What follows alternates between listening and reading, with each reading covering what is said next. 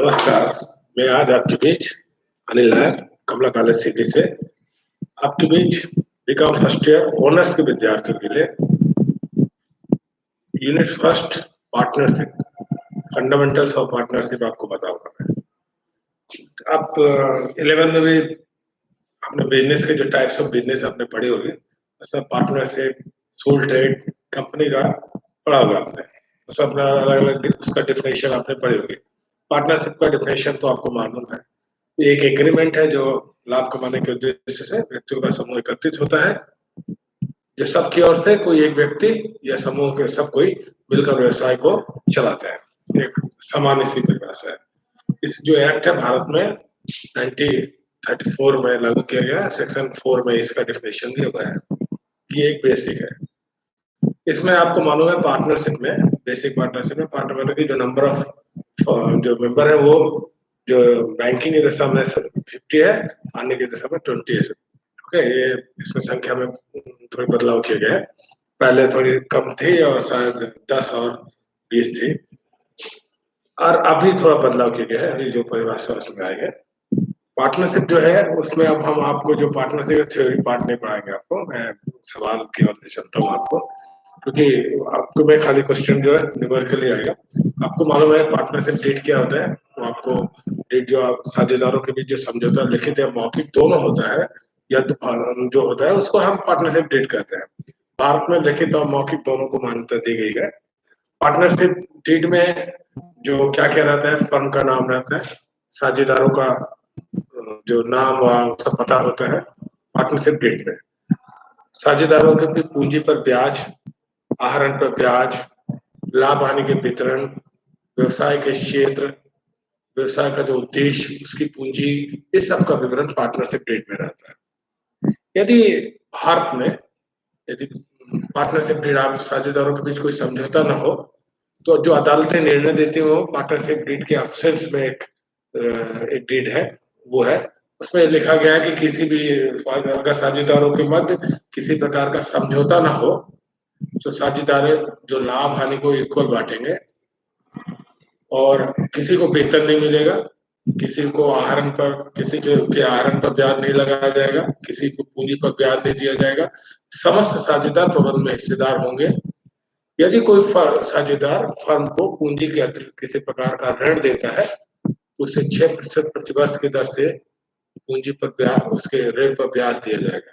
ये पार्टनरशिप के जो ऑप्शंस ऑफ पार्टनरशिप डीड में ये रूल्स है, ये अपने आप चालू लागू हो जाता है।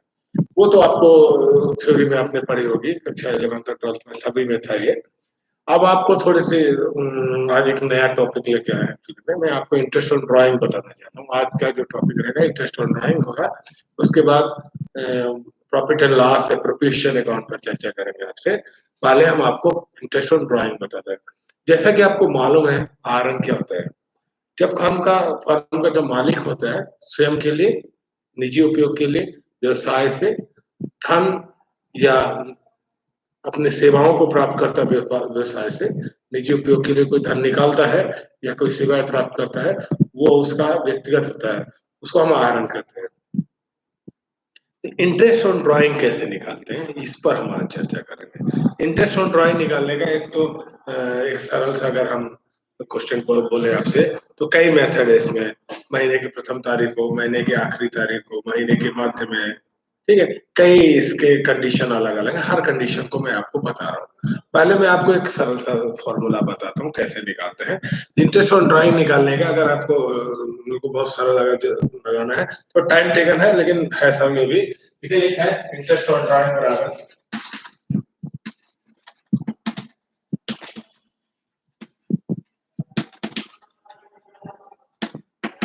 टोटल प्रोडक्ट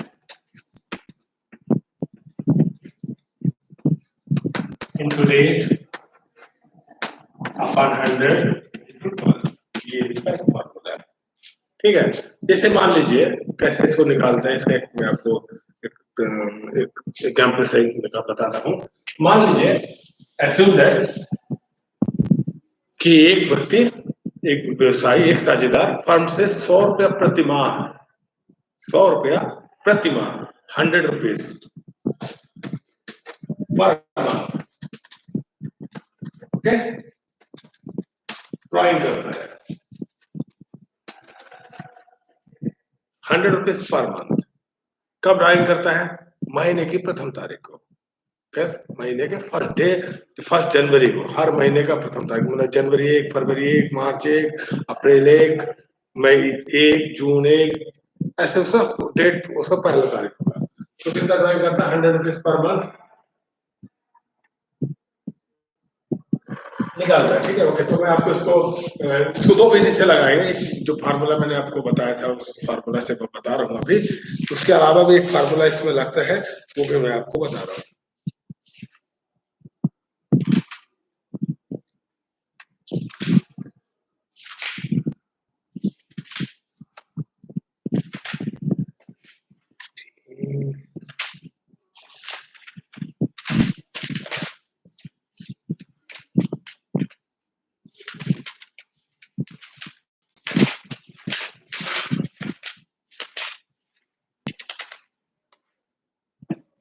जैसे मान लीजिए कि जनवरी 1 को उसने आरंभ किया, 1 जनवरी को, 1 जनवरी को कितना किया? ड्राइंग के 100 रुपीज। ठीक है, तो प्रोडक्ट ये 100 रुपीज ड्राइंग हो गया। ओके, प्रोडक्ट में से जाएगा, टाइम लेफ्ट लिख देता हूं मैं। ठीक है, प्रोडक्ट कर देता हूं। ओके, मान लीजिए कि जनवरी 1 को आरंभ करता है, 1 जनवरी को आरंभ करता है, कितना? 100 रुपीज। ठीक है, उसके बाद मान लीजिए कि जो फर्म का जो अकाउंट क्लोज करने का जो तारीख है वो 31 दिसंबर है। कितनी तारीख है? 31 दिसंबर। ईयर का कैलेंडर ईयर चलाता है। तो 1 जनवरी को जब उसने आरंभ किया तो कितने महीने हुए सर? कितने महीने हुए? 12 महीने। तो टाइम लेफ्ट कितना हुआ? 12। ओके, इसको इससे मल्टीप्लाई कर दो तो प्रोडक्ट कितनी हो जाएगी? 12। ओके, फिर अगले महीने आते हैं। फरवरी कितना आरंभ कर रहा है? 100 रुपीज। कितने महीने बचे? जनवरी से दिसंबर 31 तक, फरवरी से 1 फरवरी से दिसंबर 31 तक कितने महीने हुए? 11 महीने। ओके, फिर आपके पास समय बचता है अगला महीना। जनवरी हो गया, फरवरी हो गया, बचा कौन सा महीना? मार्च।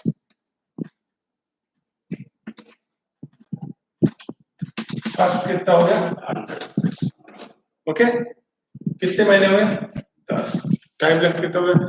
मार्च से मार्च, अप्रैल, मई, जून, जुलाई, अगस्त, सितंबर, अक्टूबर, नवंबर, दिसंबर, ये 10 महीने हुए। ओके, ये कितना होगा? इससे मल्टीप्लाई करोगे कितने होगी? ओके, ये हो गया। फिर कितने मार्च के बाद कौन सा महीना है? April first. कितना हो गया? 100। कितने महीने बचे? टाइम कितना बचा? 9। ये हो गया। ओके, जितने महीने 12 महीने का, 12 महीने का कैलकुलेशन करोगे। ये क्या है? ये जो फॉर्मूला मैंने फर्स्ट बताया उसके मेथड में है। ये कोई जरूरी नहीं, अभी तो मैंने इतने महीने का निकाला है। अब इसके बाद 8 महीने, अप्रैल के बाद मई, जून, जुलाई, अगस्त, सितंबर, अक्टूबर, नवंबर, दिसंबर, जितने महीने का चाहो उतने महीने का निकालो। अभी मैं छोटा सा, क्योंकि इतना टाइम स्पेस नहीं है अपने पास, इसलिए मैं छोटा सा निकाला आपको। अप्रैल के बाद मान लीजिए कि मई आ गया आपका। कितना है? आपने 100 रुपीज निकाला। कितने महीने में? 8 महीने। इस सब महीने। ओके, फिर इसके बाद कौन सा महीना है? 1 जून। 100। कितने महीने बचे? 7। जून, जुलाई, अगस्त, सितंबर, अक्टूबर, नवंबर, दिसंबर, 7 महीने। ये कितना हो गया? 7। ओके, ये एक मेथड नीचे की जगह नहीं, इसलिए मैं इतना ही सॉल्व करूंगा। फिर इसको सबको आप जोड़ दीजिए। कितना हो गया? 11 बाय 2300 रुपए, 3300 रुपए, 33 9 4200 रुपए, 42 8 कितना हो गया? 5700 रुपए टोटल प्रोडक्ट हो गया। कितने प्रोडक्ट है? 5700। अब इसको फॉर्मूला में पुट करना है आपको। इसको फॉर्मूला में पुट करोगे कैसे आएगा?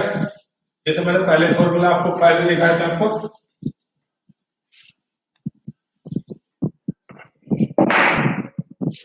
Interest on drawing equal to क्या हो गया?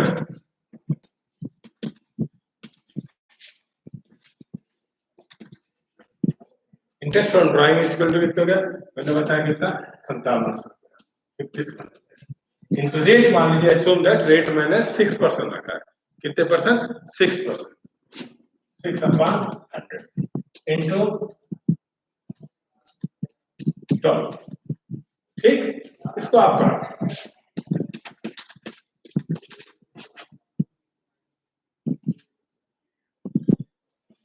कितना इंटरेस्ट है? 114 रुपए इंटरेस्ट है। इसी सवाल को मेरे को इतना लंबा नहीं करना है, 12 महीने का है, 12 महीने को कैसे मल्टीप्लाई करना है, इसको आप छोटा कर सकते हो। कैसे? इसके लिए फार्मूला मैं बता देता हूँ। अभी तो मैंने खाली आपको 7 महीने तक का बताया है, कितने महीने? 7 मंथ का बताऊँ, मैं 12 महीने का बताऊँ। ये वही आदमी 12 महीने तक 1 जनवरी से 31 दिसंबर तक फर्म में पैसा निकालता है, उसको कैसे निकालेंगे? इसके लिए एक छोटा सा फार्मूला मैं आपको बताऊंगा कैसे निकलेगा।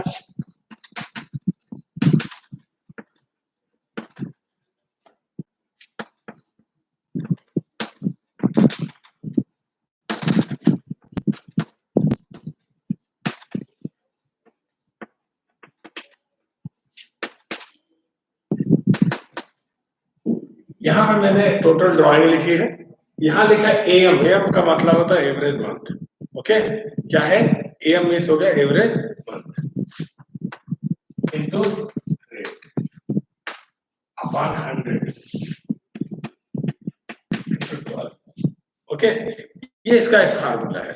अब हम इसको सवाल में कैसे लगाएंगे देखिएगा। पहले एवरेज मंथ कैसे निकालते हैं देखिए।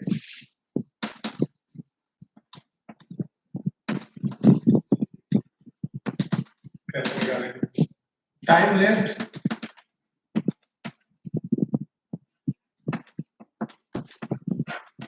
First drawing plus time left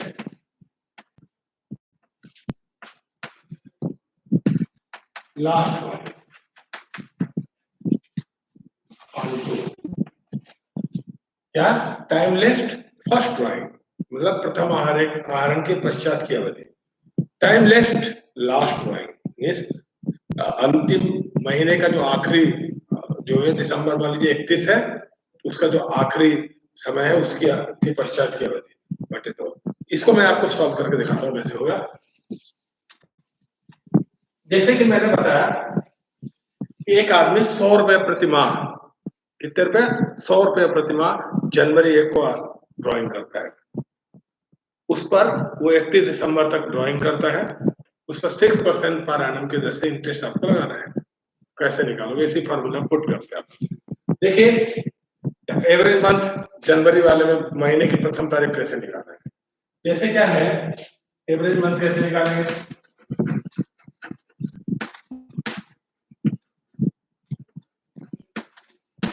average month कैसे निकालेंगे? सिंपल सा है। देखिए आप 1 जनवरी को आरंभ करते हो, ड्राइंग का डेट क्या? 1 जनवरी, फर्स्ट ड्राइंग 1 जनवरी को करते हो। 1 जनवरी करते हो तो कितने का टाइम बचता है? 12 महीने का। इंटरेस्ट कितने महीने का लोगे? 12 महीने का। Time left last drawing, last drawing कब है? 1 दिसंबर को। कितने दिन का इंटरेस्ट लोगे? पूरे महीने का। तो ठीक है, तो ये कितना हो गया एवरेज मंथ? इसमें कितना होगा टाइम लेफ्ट वाले में? 13/2। अब आपको इसको 5.5, इसको चलो इसको ऐसा भी लिख लेते हैं, ये भी सही है, ओके, दोनों सही। आपको मैं इस सवाल का सोल्यूशन बता। देखिए मान लीजिए उसने 100 रुपए के हिसाब से कितने निकाले?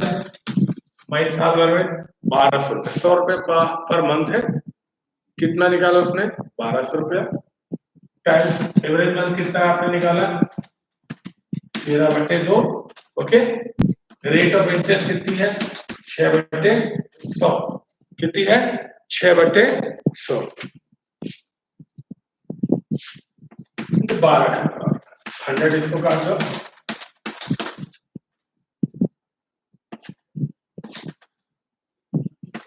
ये कितनी आएगी? 39 रुपीज आएगा आपका इंटरेस्ट। कितना आएगा? 39 रुपीज। मतलब जो 12 महीने का इंटरेस्ट है उसका 6% की दर से वो कितनी आएगी? 39 रुपीज। ओके, ये कब है? जब महीने की प्रथम तारीख को उसने आरंभ किया।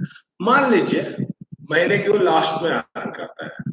कब? महीने के लास्ट में, मतलब 31 जनवरी, 31 फरवरी, 28 फरवरी, 31 मार्च, 30 अप्रैल, 31 मई, 30 जून, 31 जुलाई, मतलब महीने का last, end of the month, अगर उसने ड्राइंग किया तो उसमें कौन सा फार्मूला पुट करेंगे, देखिए आप।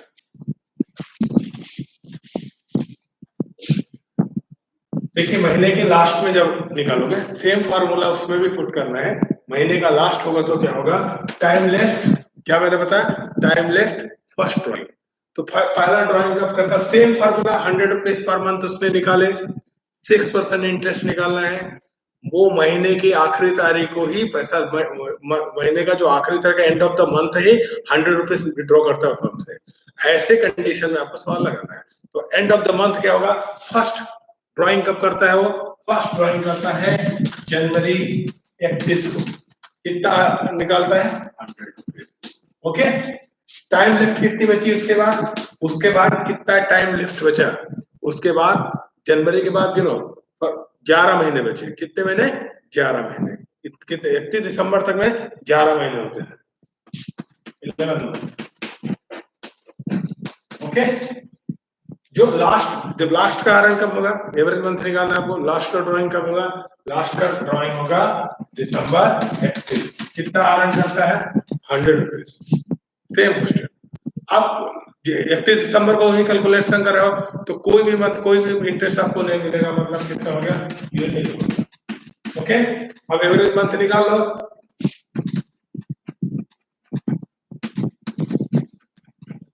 एवरेज मंथ कैसे निकालोगे, टाइम लेस, फर्स्ट ड्राइंग कितने महीने हुआ, 11, लास्ट का रन कितना हुआ, 0 बटे 2, फिर कितना हो गया, 11/2।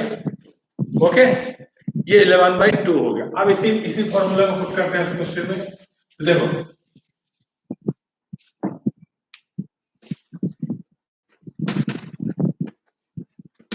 इंटरेस्ट ऑन ड्राइंग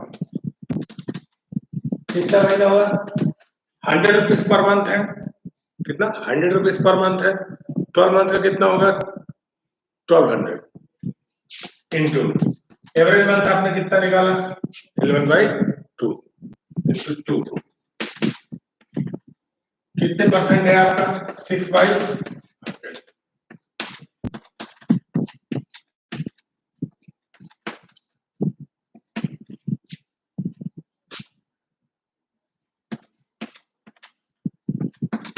ये आएगा 33 रुपीज, कितना आएगा, 33 रुपीज। ये कैसा होगा, फर्स्ट जनवरी 1 महीने की प्रथम तारीख का हो गया, महीने का आखिरी तारीख हो गया, अब महीने का मध्य तारीख, जैसे कि जनवरी 15, फरवरी 15, मार्च 15, मई 15, अप्रैल 15, मतलब इस तरह का अगर आहरण करता है कोई पर्सन वैसा ऐसे, लेकिन अमाउंट जो है वो भी रेगुलर होना चाहिए। मान लीजिए अमाउंट अलग अलग होगा, मंथ अलग अलग होगा, तो ये फॉर्मूला नहीं काम करेगा यहाँ पे, उसके लिए टोटल प्रोडक्ट वाला ही फॉर्मूला पुट करना पड़ेगा। यहाँ पे क्या है, बहुत सीधा सा है, जो अमाउंट है वो 100 रुपीज ही है, और कंटिन्यू निकालना है, पर मंथ निकालना है। यहाँ पे आपने देखा होगा किसी भी मंथ में ऐसा मैंने बोला नहीं कि नहीं निकालना है, पूरे महीने 100 रुपए ही निकालना है, न अमाउंट में कोई चेंज है न महीने में कोई चेंज है। हर महीने की मैंने 1 जनवरी को निकाली, 1 फरवरी को निकाली, 1 मार्च को निकाला, मतलब मंथ और अमाउंट में कोई परिवर्तन नहीं हुआ, किसी भी बीच में गैप नहीं है, कोई डिफरेंसेस नहीं आया। लेकिन अभी हम मान लीजिए कि महीने के मध्य में निकालता है, 15 जनवरी, 15 फरवरी, 15 मार्च, 15 अप्रैल, 15 मई, 15 जून, means middle of the month. Middle of month में जब ड्राइंग करते हो आप, तो कैसे इसको सॉल्व करते हैं देख लीजिए आप। इसमें भी आपको एवरेज मंथ निकालना पड़ेगा। इसमें मेन चीज दिमाग में आपको फिट रखना है, एवरेज मंथ कैसे निकालना है, और बेसिकली बच्चे एवरेज मंथ याद ही रखते हैं, तो इसमें मैं आपको एवरेज मंथ निकालना दिखाता हूँ कैसे निकालेंगे इसमें।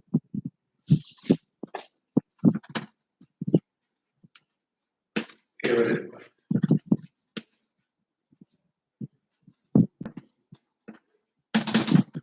एवरेज मंथ कैसे निकालेंगे आप, मिडिल ऑफ द मंथ देखिएगा, जनवरी 15, जनवरी 15 हुआ फर्स्ट आवर, कब हुआ, जनवरी 15 को, लास्ट ड्राइंग कितने तारीख होगा? दिसंबर 15। दोनों आयरन में अंदर देखिए 1 जनवरी पर जो पहला आयरन होगा, फर्स्ट जो ड्राइंग होगी वो क्या है? 15 जनवरी को, और दूसरा कब होगा? 15 दिसंबर को होगा। तो टाइम लेफ्ट 15 जनवरी से 31 दिसंबर तक कितने महीने हुए? 11.5 11.5 महीने हुए। कितने महीने हुए? 11.5 महीने। और time left of last month कितना है? कितना है? वो भी आधे महीने का ब्याज मिलेगा, 0.5 अपॉन 2। ओके, तो ये अपन का कितना हो गया? 12/2। इसका कितना है? 6। ओके, अब फॉर्मूला पुट कर दो इसको। 1200 रुपए, 12 कितना है? एवरेज मंथ कितना है? 6। ठीक, रेट ऑफ इंटरेस्ट कितनी है? 6/100।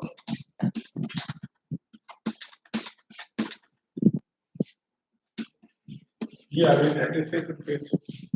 सरल सा, बिल्कुल एवरेज मंथ है। मान लीजिए यही सवाल थोड़ी चेंज कर देता हूँ, थोड़ा सा और बदल देता हूँ इसको।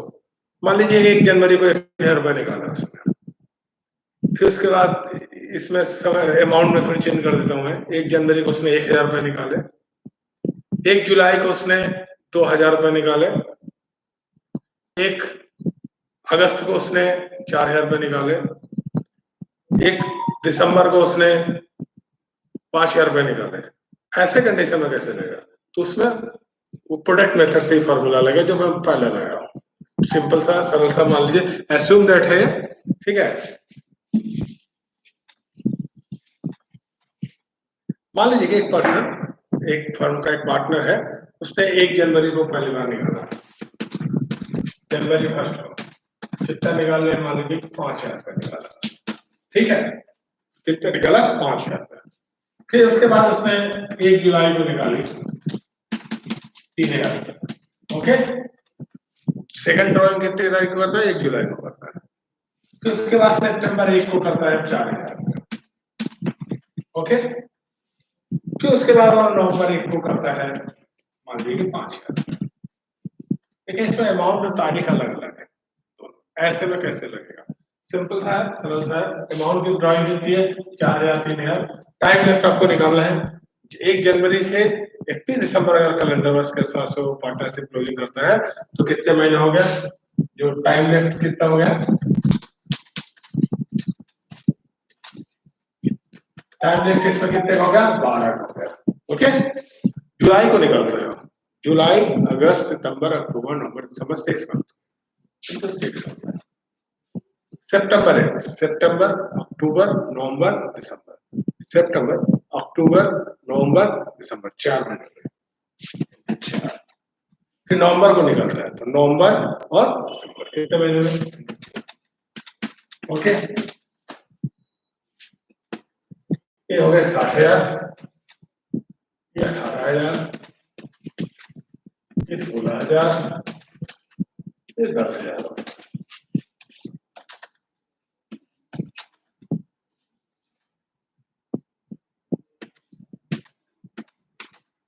ये 1,04,000 रुपये टोटल प्रोडक्ट हो गया अपना। क्या हो गया? टोटल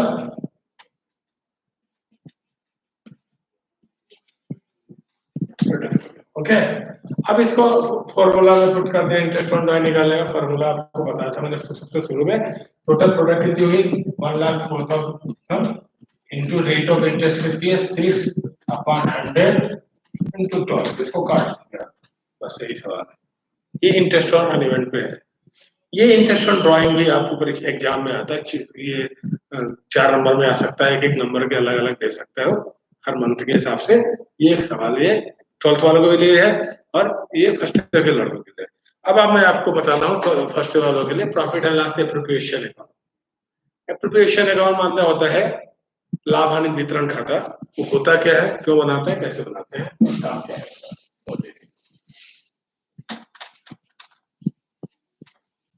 देखिए बीकॉम फर्स्ट ईयर में जो है, जो छात्र पढ़ रहे हैं उनके लिए और जो 12th में बच्चे उनके लिए, दोनों के लिए profit and loss appropriation account क्या है वो उनको थोड़ी बहुत जानकारी होगी क्योंकि वो 12th में पढ़े हैं और पार्टनरशिप में ये बेसिक चीज में है। ये देखिए 11th में पढ़ा होगा उन्हें फाइनल अकाउंट, फाइनल अकाउंट क्या होता है, फर्स्ट ईयर में भी फाइनल अकाउंट है उनके।